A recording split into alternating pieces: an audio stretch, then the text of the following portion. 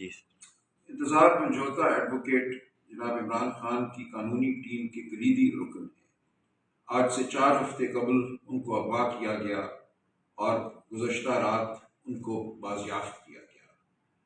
جس حالت میں اور جس ڈرامے کے ذریعے ان کو بازیافت کیا گیا یہ شرمناک ہے، اور ہم سب کو یہ بتاتا ہے کہ ہم اس ملک میں غلام ہیں، ہماری زندگیوں کے ساتھ کچھ بھی کیا جا سکتا ہے، کچھ بھی کھلواڑ ہو سکتا ہے، اور ہم سے یہ توقع ہے کہ ہم اچھے بچے بن کر سر جھکا کر مطیع و فرما بردار ہو جائیں۔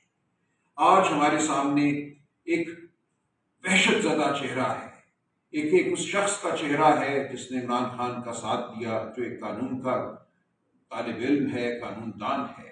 اس کے ساتھ جو کچھ ہوا، جو زخم اس کو پہنچائے گئے، یہ سب زخم ہماری شرافت پہ لگائے گئے ہیں، یہ زخم ہمارے قانون کے تصور پہ لگائے گئے ہیں، انسانیت کے تصور پر لگائے گئے ہیں۔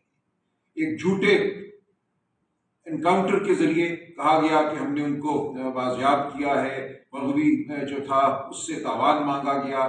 یہاں یہ حقیقت ہے کہ خاندان سے کسی نے کبھی 1 روپیہ بھی ان 4 ہفتوں کے درمیان نہیں مانگا۔ یہ سب جھوٹ پر مبنی ایک کہانی ہے۔